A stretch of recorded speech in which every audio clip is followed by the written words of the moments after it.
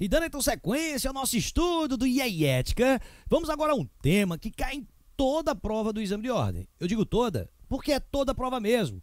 Desde aquele primeiro exame de ordem unificado até agora, esse tema caiu. Às vezes até mais de uma questão no exame de ordem.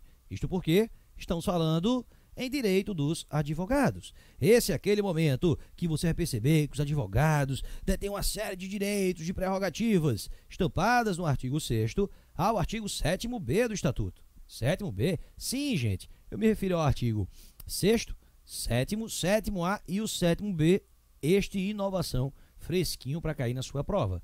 Lá no artigo 6º, é importante que você perceba já uma verdade que é praticamente absoluta, a ausência de hierarquia. Como assim? Não existe hierarquia entre advogados, juízes, promotor, procurador, membro do Ministério Público. Advogado, então, tem o mesmo patamar, meu amigo. Juiz não manda no advogado. Em tese, né? Enfim, para a sua prova, leva o que está aí no Estatuto. A ideia também no parágrafo único que fala da urbanidade no tratamento do próprio serviço público perante o advogado.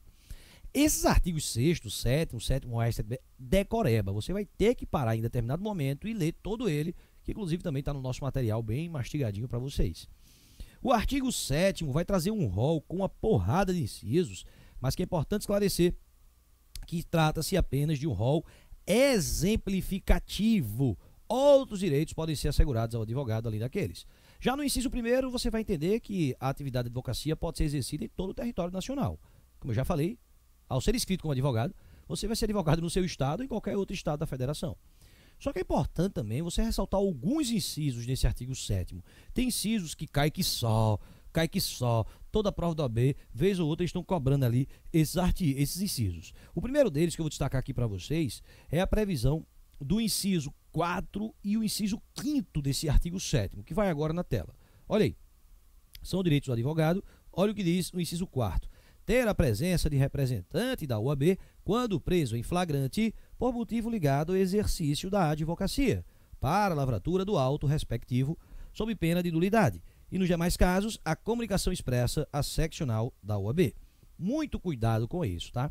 Considerando a atividade que você exerce da advocacia, é importante perceber que você vai ter como direito exatamente a necessidade de participação da OAB. Mas participação da OAB quando? Quando o advogado pratica algum tipo de delito, algum tipo de crime. Agora é importante entender o tamanho dessa participação. Por quê? Vamos imaginar alguns exemplos aqui para você entender. Exemplo número 1.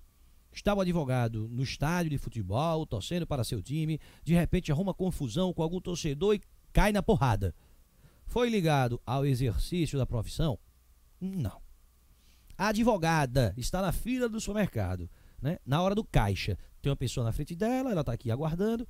Aí ela olha para o lado, está lá a revistinha, né? Geralmente revista de moda, né? Ou pode ser até, tem mulheres que gostam de revista de veículos, né? Automobilística. Ela pega ali e começa a ler.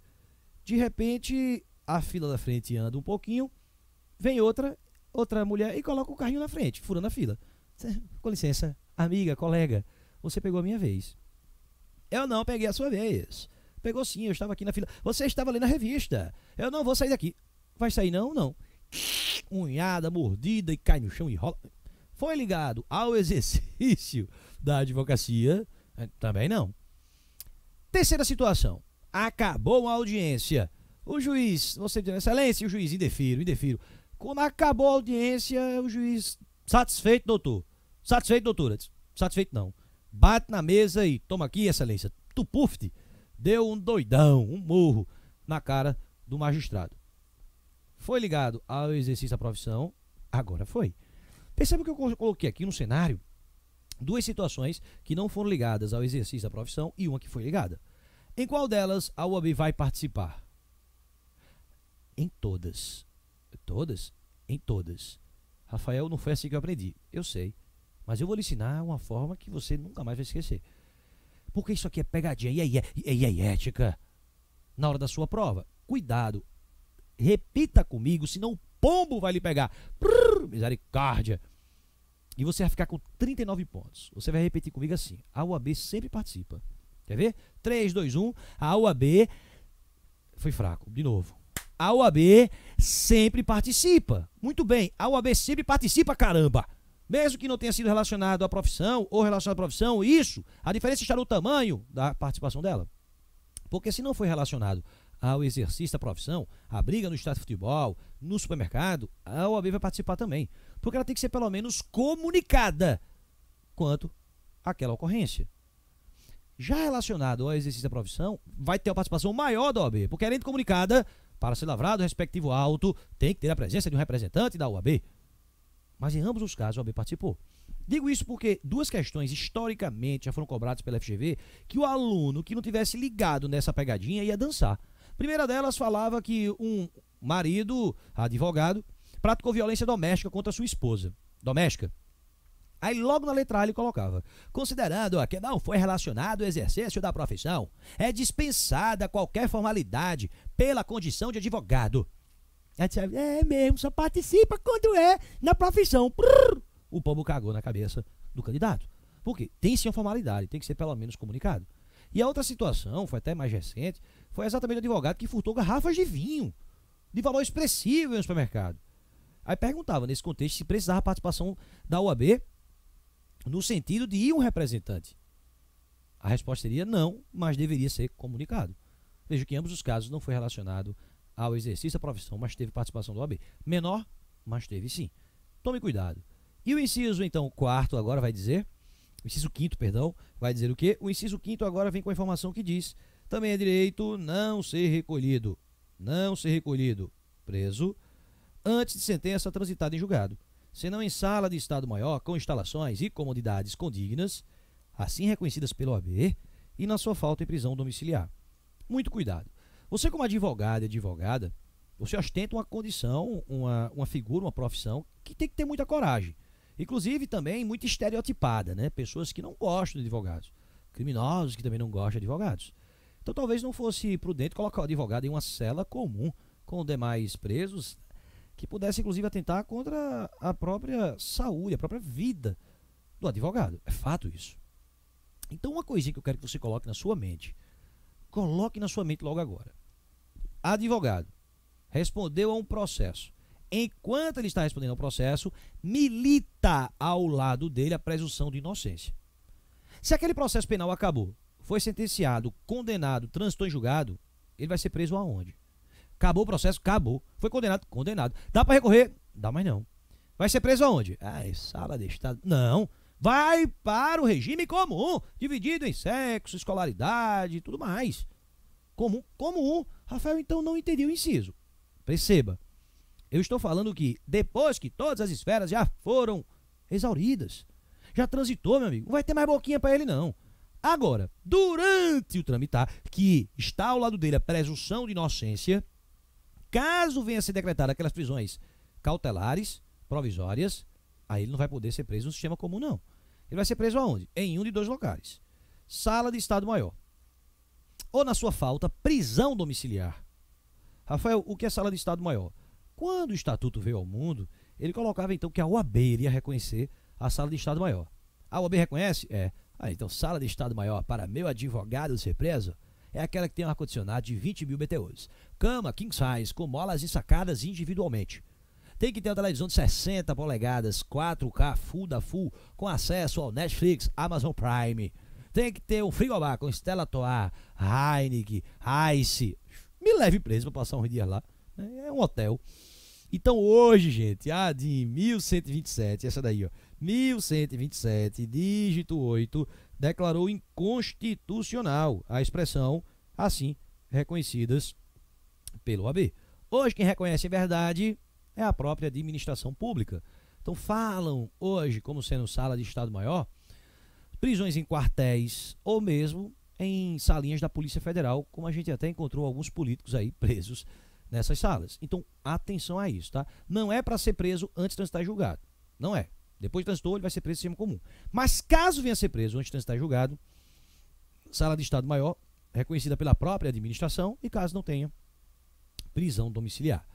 Vê, esse inciso quinto, ele precisa ser complementado, né, o quarto e o quinto, perdão, pelo parágrafo terceiro.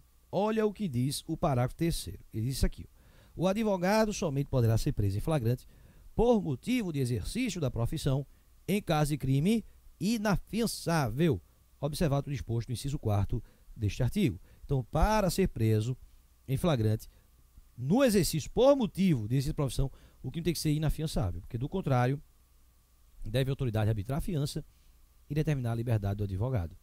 Gente, evidentemente que existe uma porrada de direitos dos advogados aqui que merecem atenção, que merecem um melhor carinho. Mas considerando que aqui estamos diante dessa super intensivo, ressaltando o que há de importante, eu já vou pular para o próximo artigo.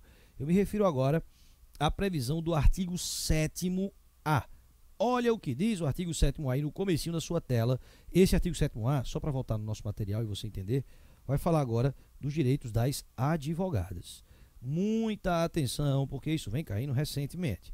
Diz assim: são direitos da advogada 1. Gestante. A entrada em tribunais sem ser submetida a detectores de metais e aparelhos de raio-x. E B. Reserva de vagas em garagens nos fóruns dos tribunais. Então, primeiro vamos focar na figura da gestante, que, aliás, é uma dica que eu sempre dou para os alunos, em turmas presenciais ou online, em todo esse Brasil. Se você focar muito, decorar mesmo esse direito das gestantes, você vai conseguir matar pelo menos 2 alternativas. Geralmente é assim que faz. Quando você lembra bem desses que são aplicados só para a gestante, você já mata 2 alternativas fácil, ficando ali talvez em dúvida em 2, fica mais fácil para acertar. Professor, mas eu não quero decorar, professor, eu quero aprender, eu vim para o curso para aprender. Você quer ser aprovado, meu amigo? Deixa para aprender depois, o negócio é passar, meu velho. O negócio é passar, depois que eu passar eu aprendo todo, né? Mas agora, meu compromisso é fazer com que você passe. Tem que lhe dar a estratégia correta. E a estratégia é essa: direito das gestantes. Primeiro, não ser submetida a detector de metal ou aparelho de raio-x. Por qual motivo? Estudos apontam que esses aparelhos podem ocasionar má formação fetal. A criancinha está se formando na barriguinha da mãezinha. Então, por isso, ela pode entrar nesses fóruns sem submissão. Nem a detectores de metais, nem aparelhos de raio-x. Já teve prova que colocou. Não precisa detector, mas tem que passar pelo raio-x. Não, nenhum dos dois. Nenhum dos dois. A criança nasceu. Tá no braço da mãezinha. Vai passar pelo detector de metais? Vai. Pelo raio-x? Vai. A criança já está formada. Então, cuidado, tá? É para gestante, só para ela. E também vagas reservadas, o que, aliás, já é uma realidade, gente, hoje. De shopping centers, de supermercados, vaga do idoso, da pessoa com deficiência, vaga da gestante. Isto porque a mulher, quando está gestante, ela tem uma série de dificuldades de locomoção.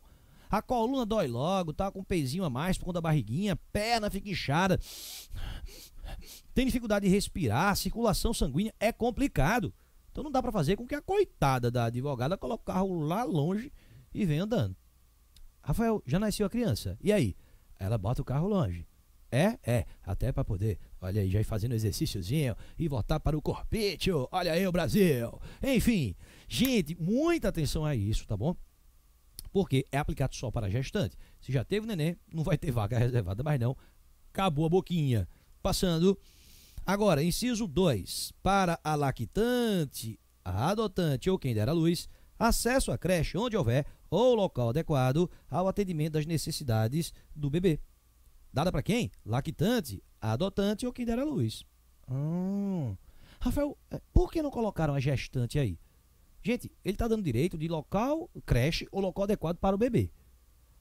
A gestante, o bebê está onde? Está na barriga? Muito bem, se está na barriga não precisa de creche e nem local adequado às necessidades do bebê. O bebê está na boa ali na barriguinha.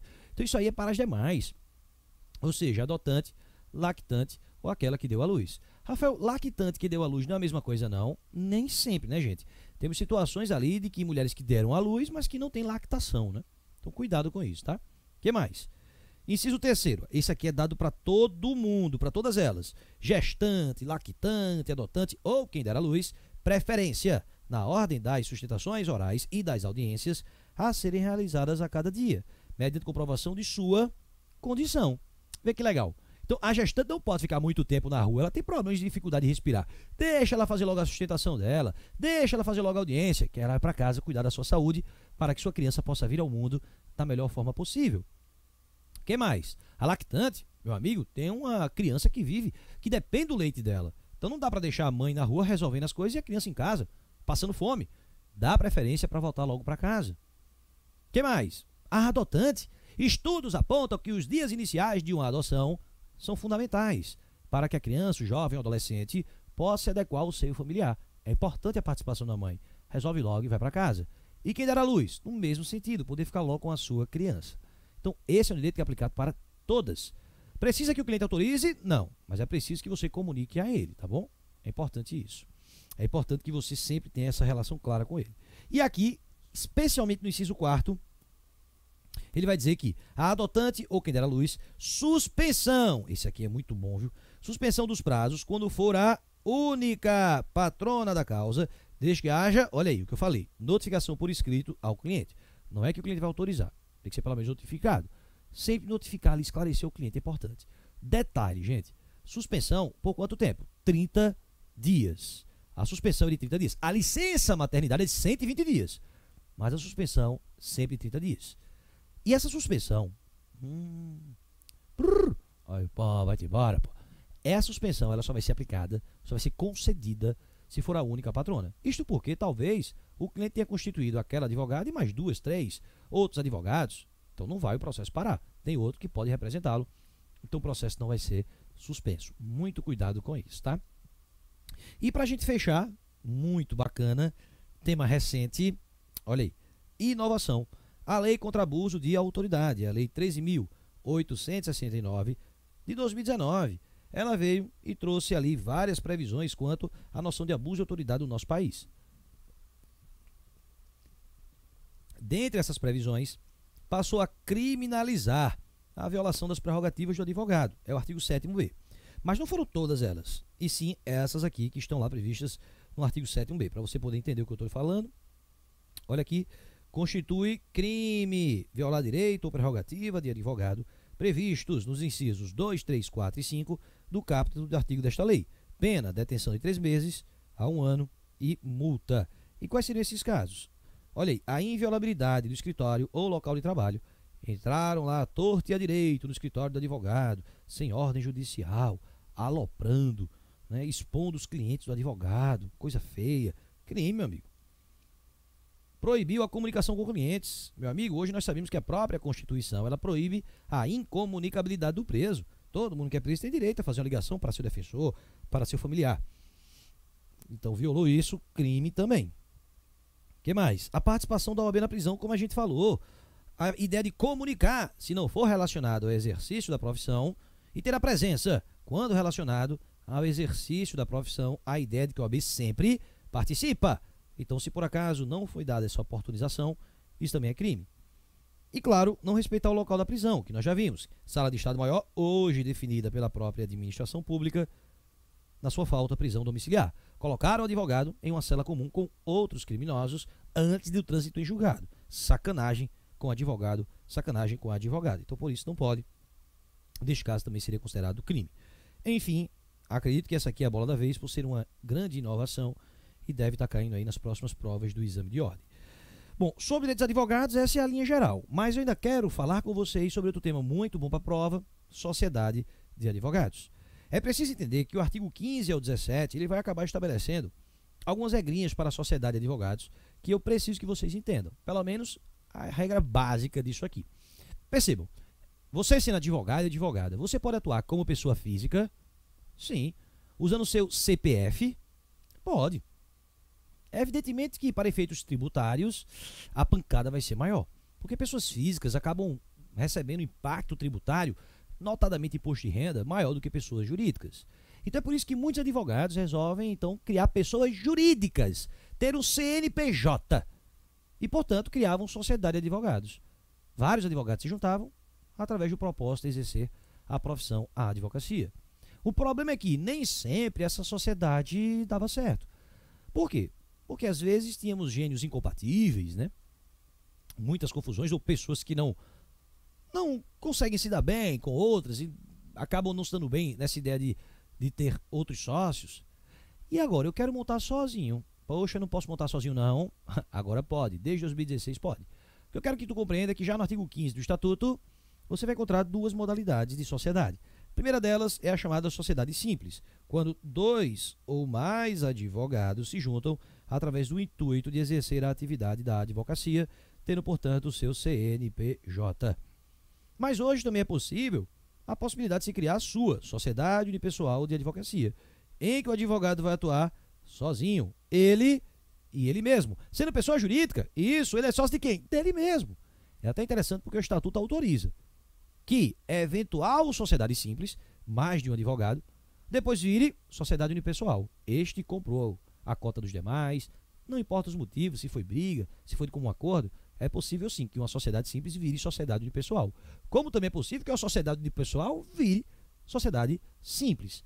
Alguns aspectos sobre a sociedade, que é muito importante para a sua prova. Primeiro, registro aprovado de seus atos constitutivos no Conselho Seccional da OAB em cujo território tiver sede. Então ele vai fazer o registro no Conselho Seccional da OAB. Isto porque geralmente nós aprendemos que pessoas jurídicas, isso lá no direito civil, elas são criadas em cartório de registro de pessoas jurídicas ou então em junta comercial do Estado. Mas se for sociedade de advogados, não vai ser nem no cartório de pessoas jurídicas e nem em junta comercial. Vai ser, em verdade, a pessoa jurídica criada pela própria OAB no respectivo conselho seccional.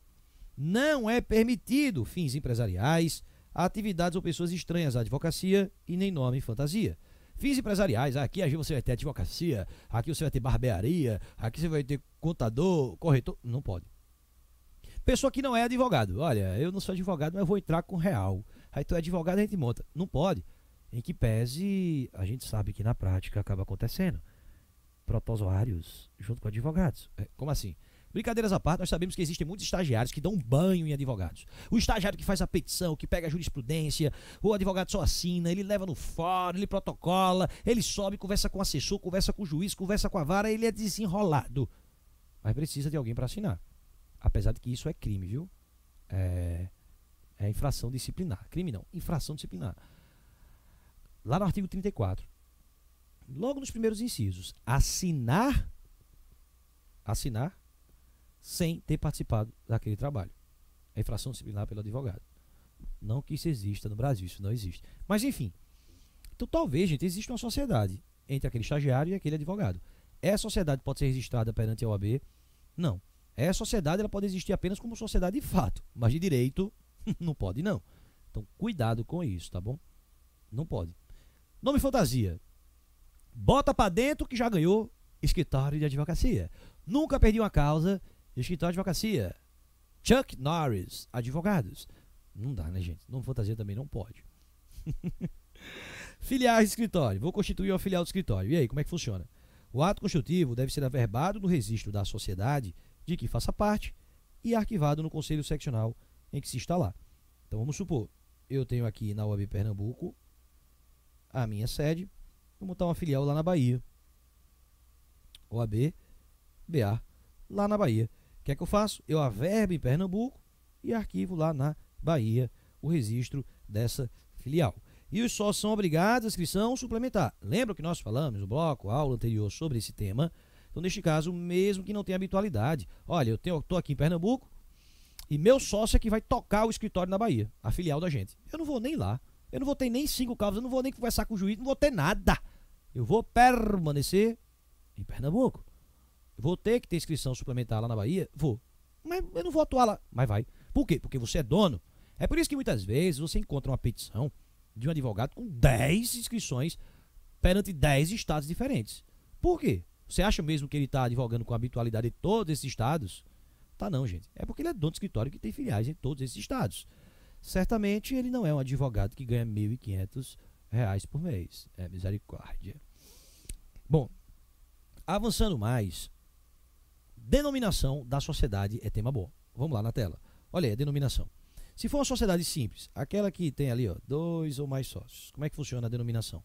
É obrigatório o nome de pelo menos um advogado responsável pela sociedade, podendo permanecer do sócio falecido, se previsto no ato constitutivo, né? Ou na alteração contratual que tiver em vigor, tá? Então, cuidado com isso. Exemplo, Novaes e Costa, Sociedade de Advogados. Esse aqui é Novaes, esse aqui é Costa. Exemplo, Castro, Novaes e Costa. Não tem problema. Qual é o detalhe? E que cai que só, bicho. Um deles morreu. Que Deus o tenha. Mas a sociedade já conseguiu um prestígio utilizando aquele nome.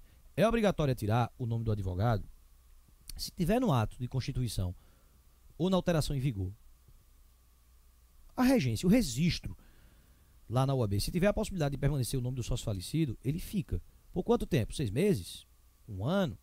5 anos? Não tem prazo, gente. Então, muito cuidado com isso, tá bom? Pode permanecer do sócio falecido, sim, se previsto no ato constitutivo.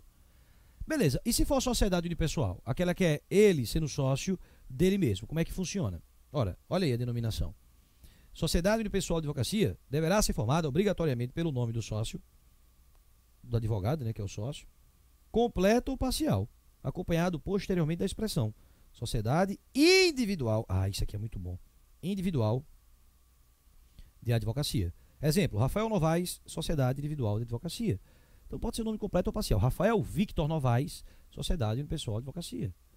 Sociedade individual, perdão. Individual de Advocacia. Eu mesmo falei da pegadinha. Qual é a grande pegadinha que eu já vi cair em prova? Ele coloca, né, sociedade unipessoal, então é o nome completo ou parcial do advogado, acompanhado da expressão sociedade unipessoal de advocacia. Tá errado. A sua, no nome vira CIA. Sociedade individual de advocacia. Como também já vi colocarem, ei, Ireli, cá pra nós, assim não pode, assim não dá. Então, cuidado. Se é sociedade unipessoal, é o nome dele completo ou parcial, seguida a expressão sociedade individual de advocacia. Combinado? Vamos voltar aí para o nosso material. Vamos entrar agora em outro tema, para a gente fechar aqui dessa revisãozinha. Advogado empregado. Está lá entre os artigos 18 ao 21 do Estatuto e 11 ao 14 do Regulamento. Quando eu falo de advogado empregado, eu estou afirmando que ele é empregado, prestando serviço de advocacia a uma sociedade, ou seja, a outros advogados. Ele é empregado de outros advogados, ou então uma empresa, ou seja, qualquer área aí, qualquer empresa, a Trino, por exemplo. Mas como advogado empregado, ele não perde sua isenção técnica, ele não permite a redução de sua independência profissional. Como é, Rafael? Imagina que você está advogando como advogado empregado e o seu chefe diz, olha, eu quero que você faça a petição assim. Aí você diz, olha, eu não vou fazer assim. Como? Não, vou fazer assim não. Vou fazer assado. Não, mas é para fazer assim. Não, vou fazer assado. Não estou entendendo. Eu disse, olha, eu sou advogado empregado, mas eu não perco a minha isenção técnica. Eu não perco minha independência profissional. Aí o que é que o chefe vai dizer? Pegue toda a sua isenção técnica e toda a sua independência profissional e vá lá no Recursos Humanos pegar suas contas e vaza. A gente sabe que na prática a coisa é diferente, mas na teoria, para o fantástico mundo exame de ordem, você vai ter que levar o que está no Estatuto. E o Estatuto diz que mesmo como advogado empregado, você não perde sua isenção técnica e nem sua independência profissional. Não está obrigado à prestação de serviços profissionais de interesse pessoal dos empregadores fora da relação de emprego. Seu chefe está passando um problema em casa, quer se divorciar e diz, olha, você vai ser meu advogado. Não, obrigado, valeu. Porque você não é obrigado.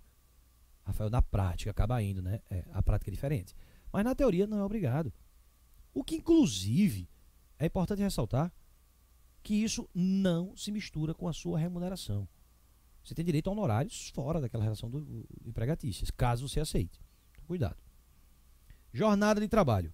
4 horas diárias, não excedendo 20 horas semanais. Como é, Rafael? Advogado empregado trabalha 4 horas, Aonde? Na Finlândia, né? Porque no Brasil, misericórdia. No Brasil a gente sabe que na prática é diferente, meu amigo. O advogado vai levar processo para casa, vai trabalhar 10 horas por dia ou mais. Mas para efeitos de prova, 4 horas diárias, não excedendo 20 horas semanais. Agora ele diz, salvo se estipulado em acordo ou convenção coletiva, ou em caso de regime de dedicação exclusiva. Gente, dedicação exclusiva, o artigo 12 do regulamento, ele acaba colocando 8 horas por dia. Tá vendo aí? Felicidade durou pouco, né? Então você é contratado como advogado empregado em regime de dedicação exclusiva, 8 horas por dia.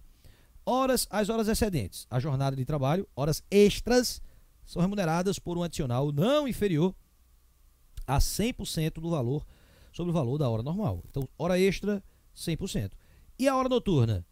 Compreende o período de 20 horas de um dia até as 5 horas do dia seguinte, com adicional de 25%. Cuidado, viu? Porque lá na Justiça do Trabalho, você aprende que a hora noturna começa às 22 horas. Mas para advogado começa às 20 horas e vai até as 5 horas do dia seguinte. Então aí você tem um adicional de 25%. Cuidado, tá bom? Hora extra, 100%. adicional noturno 25%. Bom, para a gente fechar essa nossa aulinha, eu preciso que você tome muito cuidado com o que eu vou lhe mostrar agora. O artigo 21 ele vai trazer a seguinte redação: nas causas em que for parte o empregador ou pessoa por este representada, os honorários de sucumbência são devidos aos advogados empregados. Como é, Rafael? Você é advogado de uma empresa. Os honorários de sucumbência pertencem a quem? A você, advogado empregado. Rafael, eu ainda não entendi. Rafael, tu pode explicar melhor? Claro que eu posso explicar melhor. Óbvio que eu posso explicar melhor para você. É a previsão do artigo 21. Opa, previsão do artigo 21. Segura aí, que eu vou abrir aqui algo para lhe mostrar melhor. Cadê? Abriu não? Agora. Olha. Fica comigo aí. Fica comigo. Tá acabando a aula já. Segura a onda. Pronto. Olha aí. Preste atenção. Vamos supor então que você é advogado empregado de um dono de um shopping center, né? Eu sempre costumo usar como exemplo aqui no Nordeste, que é muito forte, o JCPM, João Carlos Paes Mendonça. Ele é dono de empresariais, shopping centers aqui, Rio Mar e tudo mais. Vamos supor então que alguém estava andando no shopping center dele e simplesmente tropeçou lá no shopping center, bateu a cabeça e trocou uma ação contra ele. Indenização por danos materiais, danos morais e tudo mais. Você é advogado empregado dele. Você é advogado empregado dele. Você ganha um salário. Isso aqui é o seu salário. Olha o seu salário aqui. Ó. Você ganha um salário. Você foi escalado. Disse, olha, entraram com a ação. Vai lá, faça a contestação. Você é escalado, faz a contestação, especifica provas, participa de audiências. E você consegue provar, por A mais B, culpa exclusiva da vítima, excludente de responsabilidade civil. Disse, olha, esse local que a vítima se acidentou não era um local aberto ao público. Inclusive lá no shopping tinham placas de aviso de que aquela área é uma área proibida, de que só poderiam entrar pessoas autorizadas e com equipamento de proteção individual. Que o segurança abordou e disse, não, entre aí. E mesmo assim a pessoa quis entrar, o sistema de monitoramento pegou tudo isso. Julgou improcedente. Perdeu a ação. Bom, quem perde a ação, autor ou réu, é o sucumbente. Às vezes existe sucumbência recíproca, mas nesse caso não foi. Então, quem sucumbiu foi o autor. O autor vai ter que pagar honorários? Vai, honorários sucumbenciais. Esses honorários sucumbenciais pertencem a quem? Ao JCPM ou ao advogado? Ao advogado, gente. JCPM, ele pode querer abater no salário? Não. Ele pode querer utilizar para fins previdenciários, trabalhistas? Não, não. Que, aliás, é o que diz o artigo 14. Cadê? Aliás, é o que diz o artigo 14 do regulamento. É o que diz o artigo 14. Não pode ser utilizado ali para querer abater.